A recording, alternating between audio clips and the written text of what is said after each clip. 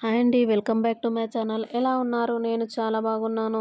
ఇక స్టోరీలోకి వెళ్ళే కన్నా ముందు ప్లీజ్ అండి నా ఛానల్‌ని లైక్ చేసి, షేర్ చేసి, సబ్స్క్రైబ్ చేయండి. ఇక స్టోరీలోకి వెళ్దాం. నా పేరు వేణు. ఇక నేను బీటెక్ చదువుతున్నాను. అలా నేను కొన్ని రోజులు కాలేజ్ హాస్టల్‌లో ఉన్నాను. అక్కడ ఫుడ్ సరిగా ఉండట్లేదని సెపరేట్‌గా రూమ్ తీసుకొని అక్కడ ఉండి చదువుకొని అలాగే అలా వంట చేసుకొని తినవచ్చని చెప్పేసి ఒక రూమ్ తీసుకున్నాను. అది పెంట్ హౌస్. ఇక కింద మా ఓనర్ వాళ్ళు ఉంటారు. అలా డైలీ నేను కాలేజ్ నుండి రూమ్‌కి వెళ్ళి వచ్చే దారిలో తను అక్కడ బయట ఉంటుంది మా ఓనర్. చాలా అందంగా ఉంటుంది. అసలు తనకి పెళ్ళి అయిందంటే కూడా ఎవరు నమ్మరు. కానీ మా వాళ్ళ హస్బెండ్ మాత్రం అసలు ముసలివాడిలా ఉంటాడు. ఇక నేను చూసి అయ్యో పాపం అని అనుకొని అలాగే వెళ్ళేవాడిని. తను నార్మల్‌గా నన్ను అలాగే చూసేది. నేను నార్మల్‌గా అలా చూసి వెళ్ళేవాడిని. ఎప్పుడు వాళ్ళ ఇంటికి వెళ్ళేవాడిని కాదు. అలా వెళ్తూ వస్తుండగా ఒకరోజు మా ఓనర్ ఆవిడ నన్ను పిలిచి టీ తాగి వెళ్ళు అని పిలిచింది. ఎలాగో పిలుస్తున్నారు కదా బాగోదని చెప్పేసి నేను వెళ్ళాను. అక్కడ వాళ్ళ హస్బెండ్ కూడా ఉన్నారు. రా బాబు టీ తాగుతావా అని ఇద్దరికి టీ తీసుకొని వచ్చింది వాళ్ళ భార్య. ఆంటీ అలా టీ తీసుకొని వస్తుంటే తన అందాలు ఎక్కడక్కడ ఉలికి పడుతూ ఉన్నాయి. అంత దగ్గరగా నేను అంత గమనించి ఎప్పుడు చూడలేదు. కానీ ఆ రోజు మాత్రం తన శారీ బాగా లైట్ వెయిట్‌గా ఉంది. అలా నాకు తన అందాలు కనిపిస్తున్నాయి. అలా వచ్చి వాళ్ళ హస్బెండ్‌కి నాకు టీ ఇచ్చింది. అలా ఒంగోని టీ ఇస్తుంటే తన ముందు నా అందాలు నాకు క్లియర్‌గా కనిపిస్తున్నాయి. నేను అలా చూసి కాసేపు ఆగిపోయి సడన్‌గా పక్కకు కళ్ళు తిప్పేశాను. ఏమనుకుంటారో అని. ఇక టీ తాగిన తర్వాత వెళ్ళొస్తాను అంకుల్, ఆంటీ అని చెప్పాను. సరే అని అన్నారు. ఆ రోజు నేను నా రూమ్‌కి వెళ్ళి కూర్చున్నాను. ఎంత కళ్ళు మూసుకున్నా సరే పడుకుందామన్నా నిద్ర రావట్లేదు. తన అందాలు నా కళ్ళ ముందు అలాగే ఉన్నాయన్నట్టు అనిపించింది. ఛీ! నేను తప్పుగా ఆలోచిస్తున్నాను. ఏంటి నా ఆలోచనలు అని నన్ను నేను తిట్టుకొని అలా పడుకొని ఉదయాన్నే లేచి ఇక నా ఆలోచనలు మొత్తం పక్కకు పెట్టేసి నేను కాలేజ్‌కి వెళ్ళిపోయాను. అలా ఒక వారం తర్వాత మళ్ళీ ఆంటీ నన్ను టీకి పిలిచింది. పిలిచినప్పుడు వెళ్ళకపోతే బాగోదని చెప్పేసి నేను వెళ్ళాను. కానీ ఈసారి అంకుల్ ఇంట్లో లేరు. ఇక ఎక్కడికి వెళ్లారు ఆంటీ అని అడిగాను. తను మార్కెట్‌కి వెళ్లారు అని తను నాకు చెప్పింది. సరేలే ఆంటీ అంకుల్ వచ్చాక వస్తాను అన్నాను. లేదు ఉండు నేను నీకోసం టీ పెట్టాను అంది.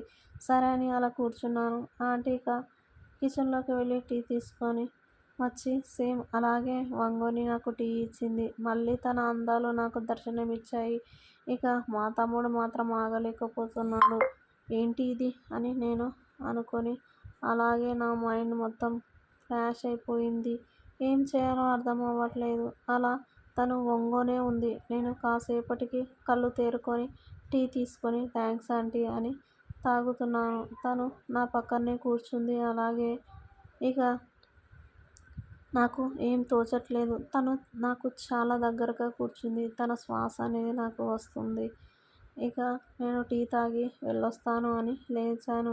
తను వెనక నుండి నా చెయ్యి పట్టుకుంది. ఏంటి వెళ్తున్నావా అని దీనంగా అడిగింది. వెళ్ళాలి కదా ఆంటీ. మీరేంటి నా చెయ్యి పట్టుకున్నారు? వదలండి. ఎవరైనా చూస్తే బాగోదు అని అంటూ అన్నాను. ఇక తను ఎవరు లేరు కదా ఇక్కడ చూడడానికి అని ఆంటీ నన్ను అలా దీనంగా అడిగింది. ఏంటండీ మీరు ఇలా చేస్తున్నారు అని అడిగాను. ఇక తట్టుకోలేక నాకు నీ నుండి సుఖం కావాలని కోరుకుంటున్నాను. నా హస్బెండ్ చూస్తే తను చాలా ముసలివాడు. తను నాకు ఏ రకంగా కూడా సుఖాన్ని ఇస్తలేడు. కానీ నేను ఆ సుఖాన్ని నీతో కోరుకుంటున్నాను. నిన్ను చూస్తే చాలు నాకు ఏదో వైబ్రేషన్ వచ్చినట్టు అవుతుంది. అందుకే నిన్ను అలా చూస్తూనే ఉంటాను. ప్లీజ్ ఏమనుకోకు. నాకు ఇవ్వాల్సిన సుఖం నాకివ్వు అని చాలా దీనంగా అడిగింది. ఆంటీ ఇవన్నీ తప్పు. ఏం మాట్లాడుతున్నారు మీరు? అసలు మైండ్ ఉందా మీకు? అసలు ఈ భూమి మీదనే ఉన్నారా మీరు? ఇలా మాట్లాడుతున్నారేంటి? అలా తప్పు అని అన్నాను. కానీ తప్పు లేదు ఏం లేదని తను నన్ను గట్టిగా వెనక నుండి పట్టుకుంది. ఇక నాకైతే వైబ్రేషన్ వస్తున్నట్టుంది. ప్లీజ్ నన్ను నీలో కలుపుకో. నీ శూలాన్ని నా గురిలో పెట్టు అని చాలా గట్టిగా అడిగింది.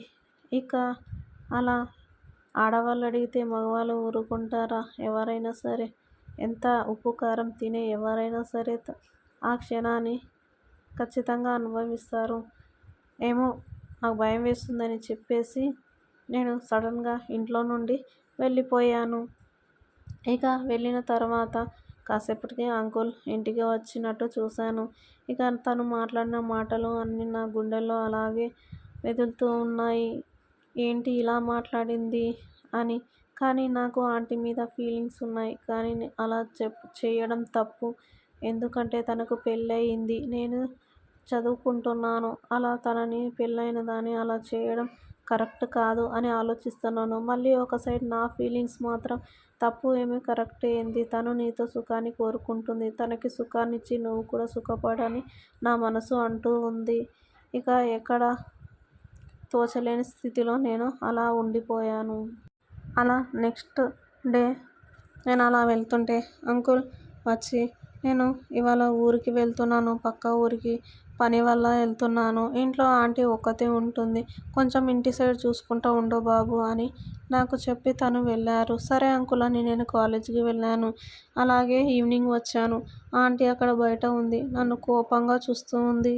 ఎందుకంటే తను అడిగిన సుఖాన్ని నేను ఇవ్వలేదు కాబట్టి. ఇక తల దించుకొని పైకి వెళ్ళాను. ఇక నాకు అంకుల్ లేడనే సంగతి తెలుసు. ఎంత కంట్రోల్ చేసుకొని ఉందామన్నా కంట్రోల్ అవ్వలేదు. సరే అని నేను మెల్లిగా తన డోర్ కొట్టాను. చెప్పు ఏంటి అని అడిగింది. ఆంటీ తలనొప్పి వస్తుంది, కొద్దిగా టీ పెడతారా అని అడిగింది. సరేరా అని చిరాగ్గా లోపలికి రమ్మంది. సరే అని టీ పెట్టి ఇచ్చింది. నేను తన టీని పట్టుకున్నట్టు తన చేతి పట్టుకొని దగ్గరగా లాగాను. ఇక ఆంటీకి అర్థమవుంది. తన కోరికను నేను తీర్చుతానని తను అర్థం చేసుకుంది. అలా గట్టిగా పట్టుకొని తన రెండు అందాల మీద చేతి వేశాను. ఇక ఆంటీ ఎక్స్ప్రెషన్ చూస్తే ఇంకా పిచ్చెక్కిపోతుంది నాకు మాత్రం. అలా అందాలని నేను నిమురుతూ తన పెదాల మీద ముద్దు పెట్టాను. ఆంటీకి స్వర్గంలో తేలినట్టుంది. అలా తన నుదుట ముద్దు పెట్టి తన బట్టలన్నీ తీసేశాను. ఇక తన బెడ్రూమ్లోకి ఎత్తుకొని తీసుకువెళ్ళి అక్కడ పడుకోబెట్టి తన అందాలన్నీ చూస్తూ ఉన్నాను. ఆంటీ మాత్రం ఏం చెప్పలేం. అసలు అంత అందమైన అందాన్ని నేను ఎప్పుడూ చూడలేదు. అసలు అమ్మాయిలు ఇంత అందంగా ఉంటారా అని కూడా నేను ఊహించుకోలేదు. కానీ ఇదే నాకు మొదటి అనుభవం. అలా నాలోని కోరికలన్నీ ఒకటేసారి తెచ్చుకొని ఆంటీ మీద పడిపోయాను. తన బాడీ మొత్తం ఎక్కడ గ్యాప్ లేకుండా ముద్దులు పెట్టాను. ఆంటీ మాత్రం థ్యాంక్స్ రా అని నా తలని అలా నిమురుతూ ఉంది. ఇక అలా కానిస్తున్నప్పుడు మన తమ్ముడు ఊరుకుంటాడా? ఒకటేసారి లేచాడు. ఇక ఏదైతే అది అవుతుందని ఆంటీ మీద యుద్ధం ప్రకటించాను. ఆంటీ ఆ యుద్ధాన్ని తట్టుకోలేక కావాలి ఇంకా కమాన్ అంటూ తను నన్ను ఎంకరేజ్ చేస్తుంది.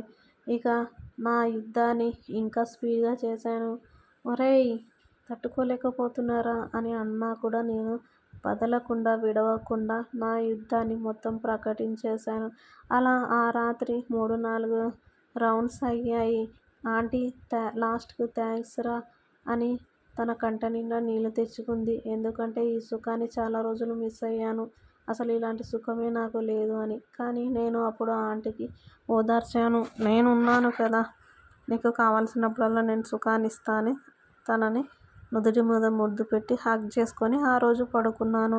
అప్పటి నుండి ఎప్పుడు కుదిరితే అప్పుడు నేను ఆంటీకి సుఖాన్ని ఇస్తూనే ఉన్నాను. ఇది ఫ్రెండ్స్ ఈ స్టోరీ కనుక మీకు నచ్చినట్టయితే ప్లీజ్ అండి లైక్ చేసి షేర్ చేసి సబ్స్క్రైబ్ చేయండి.